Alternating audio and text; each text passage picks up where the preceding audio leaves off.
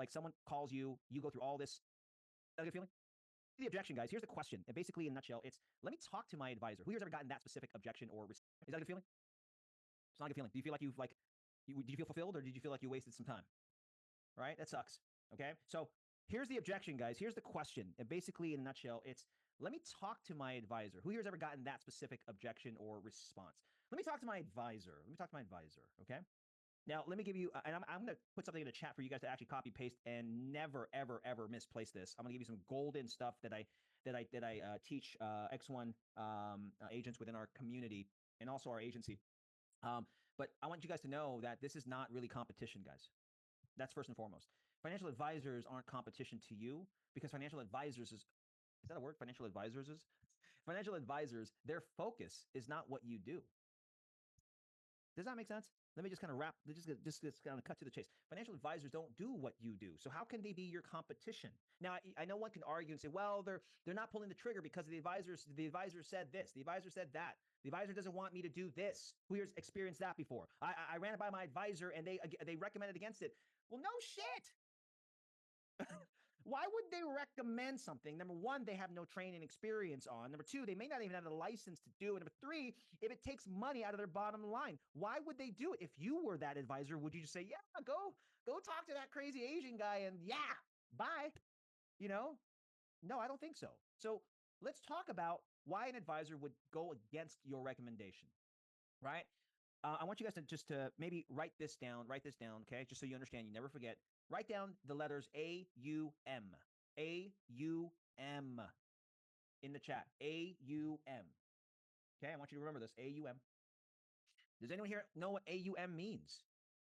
Type that in the chat. What does A-U-M stand for, guys? Right, there you go.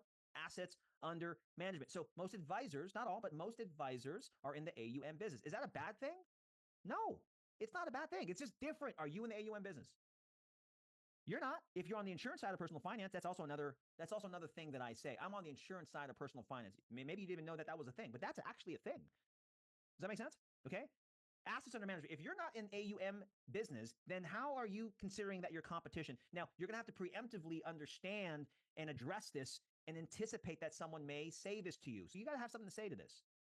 Okay. Assets under management. So let's talk about the psychology of an advisor. Why would they recommend towards something that they can't give intelligent answers about? That's like me recommending, that's like India saying, hey, like if I go, hey, India, you should try out this restaurant. It's so good. It is so good. India, this food, you're going to love it. India, can you unmute yourself and just ask me, hey, tell me more about it. Have you eaten there? Ask me that. It's so good, India. You got to try this restaurant. Ask me that, India. Go ahead and unmute yourself real quick. Ask me, have you eaten there? When did you last eat at that restaurant? Go ahead and ask me. Well, have you eaten there? How was the food? When was the last time you've eaten there? Oh, you're asking me if I've eaten there? No, girl, I haven't eaten there. I just heard. I heard the restaurant was hella good. For those of you guys that are not in the Bay Area, I'm from the Bay Area, and hella means a lot, right? Like a lot. Okay? It was hella good. But I didn't eat there. Right? What gives me moral authority to give you that? Is that a legit recommendation, guys? It's not. It's not. That's how simplified I look at this. Thank you. Thank you. Right? That's how simplified I look at this. Why would an advisor give you a recommendation towards something that they've never even had experience doing before? We literally have agents that go, "Oh my gosh, I was derailed by an advisor, and the advisor was Googling IUL online and sending the client all of this negative stuff about IUL. Has anyone ever Googled IUL on the internet? Do you see a lot of positive things? Yes or no? On the internet, some positive.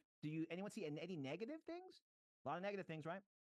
Okay. How do you control that noise? Someone said noise, right? How do you control the narrative?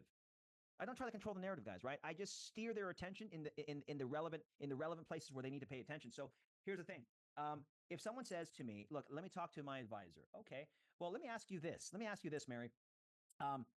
When you got your advisor, what was the original intentions? I always go back to the root intentions. What was the original intentions of you acquiring that advisor to begin with? What do you think most people say, guys? Type in the chat. Let's process this together. What do you think most people say when I ask, what was the original intentions of you acquiring this advisor?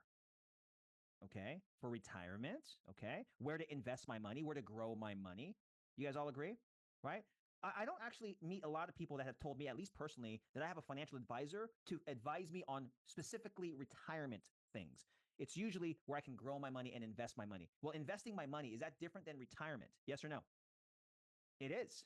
It is absolutely a different conversation, guys. And if you don't know that, then you're kind of showing up with a little bit of a disadvantage. Okay, if you don't know that. Now, growth is important, but when it comes to retirement, growth is not the only thing that matters. Agree or disagree?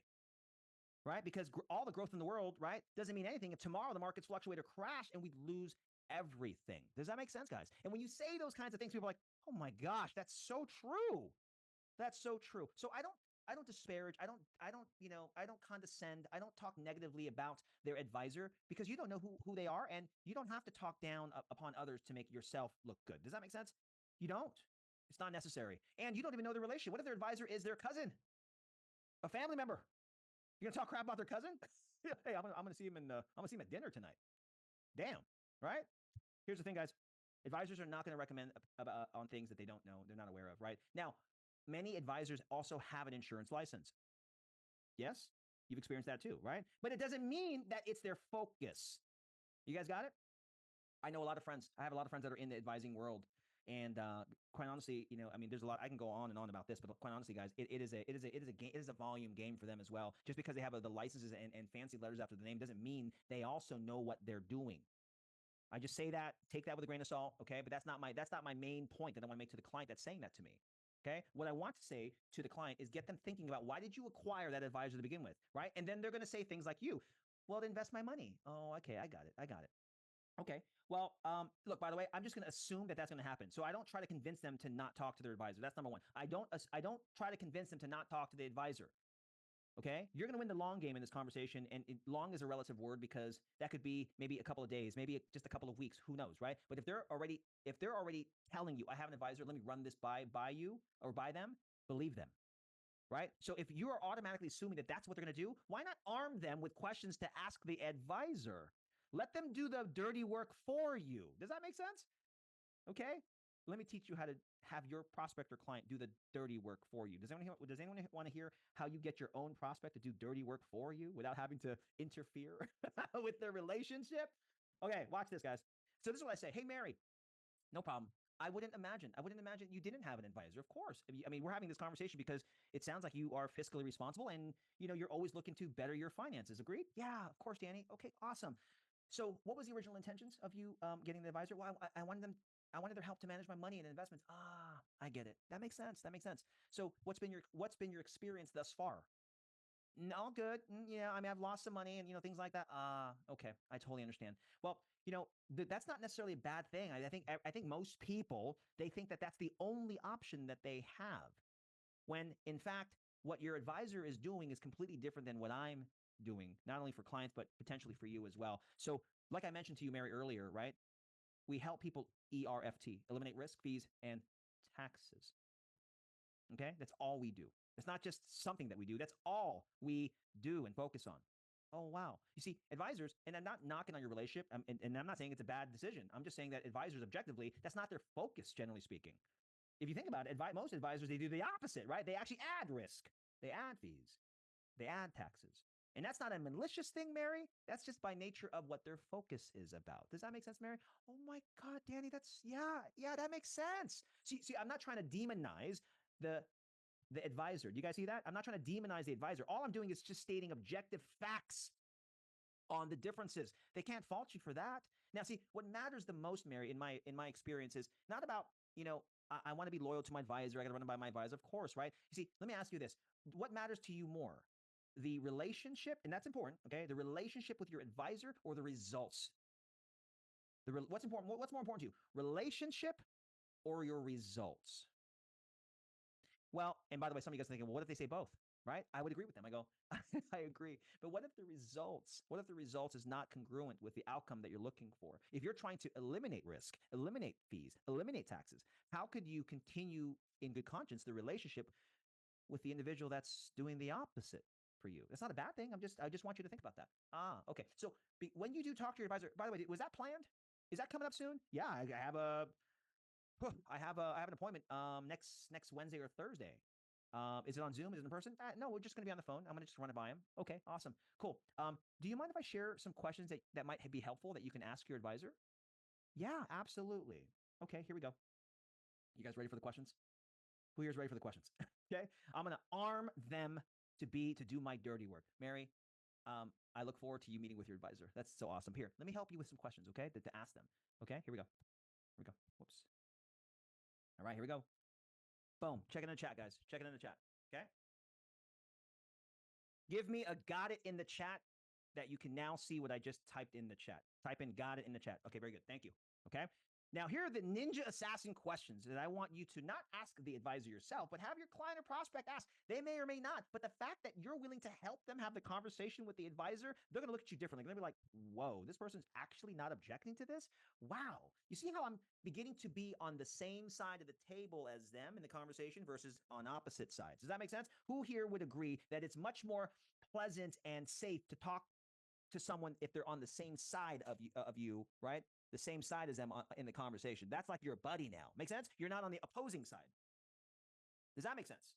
Okay, so here we go. Mary, let me go over these 3 questions for you. Did you get it, Mary? I got it. Okay, keep this handy, my dear. Okay, number 1, this is what I want you to do. Next Wednesday, have a conversation. Do whatever you want to do, right? But remember, what's important to me is what's important to you. And based on what you told me, right, the outcome that you're trying to achieve is not even possible based on what you're doing with your advisor. I'm just pointing that out. Now, number 1 question I want you to ask your advisor is, Mr. Advisor, what's their name? Oh, his name is Brett. Okay, got it. Brett. Sounds like an advisor name. No problem. Okay, so hey, Brett. Hey, yeah. So I just had some questions. I was kind of reevaluating my plans for the future, retirement. I'm just trying to figure out what's best for me. So I just had some questions to ask you. Number 1 is there anything right now that protects my principal without sacrificing the growth? If so, what are those strategies? Ooh, the advisor's not going to like that, right? The advisor might have a mini seizure at that moment. No problem, right?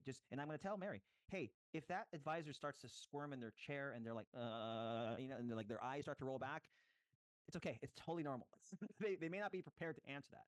Okay. And the second question, well, I don't know. We could put you in like a CD or I don't know. I don't know. Now they're going to be fishing. Okay. Right now, by the way, the answer is not that important. I just want you to the answer is important, but I also want you I also want you to observe the reaction. Okay. The reaction. Okay. I got it, Danny. Okay. What's next? What else should I ask? Okay. Number 2, I want you to ask Mary. I want you to ask Brett. Is there any mechanism in place currently that eliminates management fees? Ooh. Do you think that advisor is going to like that question? Any advisor going to like that question? Hey, Brett. And Mary's just asking so innocently. Hey, Brett, I want to ask you. I'm just doing my homework. Is there any mechanism in place that you can offer currently that eliminates management fees in my portfolio with you? Right? Anyone ever watched The Matrix? The Matrix, right? When Neo realizes he's the one, right? Remember, all the Agent Smith starts shooting bullets at him in slow motion. He's like, whoa. And he starts dodging bullets. That's what the advisor is going to kind of be doing there, trying to dodge bullets that you're firing at him, right, in slow motion. Is there any mechanism in place currently that eliminates management fees? Now, again, listen to the answer, but also pay attention to the reaction. Number 3, outside of the Roth IRA, are there any other tax-free strategies that you can guide me on for my future? I just say that open-ended, right? And when I ask Mary to ask her advisor this, I just say, hey, look, if they don't talk to you intelligently about what we covered today, it just may not be the right fit for what you're trying to accomplish. There's no hard feelings. Does that make sense? Yeah, that makes sense. I can't wait for this meeting.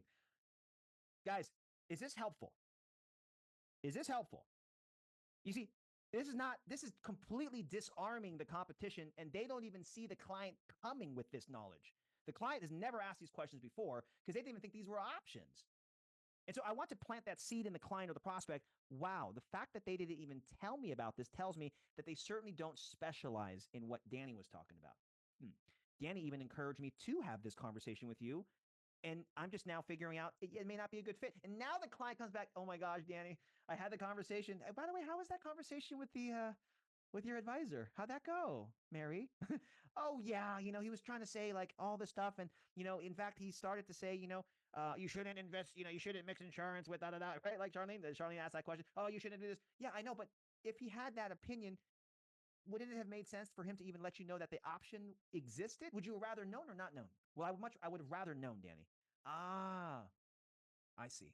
So we've gone over a lot of things based on everything that we've shared, that you shared with me thus far. I mean, it looks like, this could be a good fit. I don't know, but let me ask you a question. Do you feel that, this solution would potentially be a good fit that would even help you? Do you feel that? Do you feel that way? I do. Okay. Got it. Awesome. I'm glad you had that conversation with the FA. That's awesome. That's awesome. Right. Cool. And then I move on. I move forward.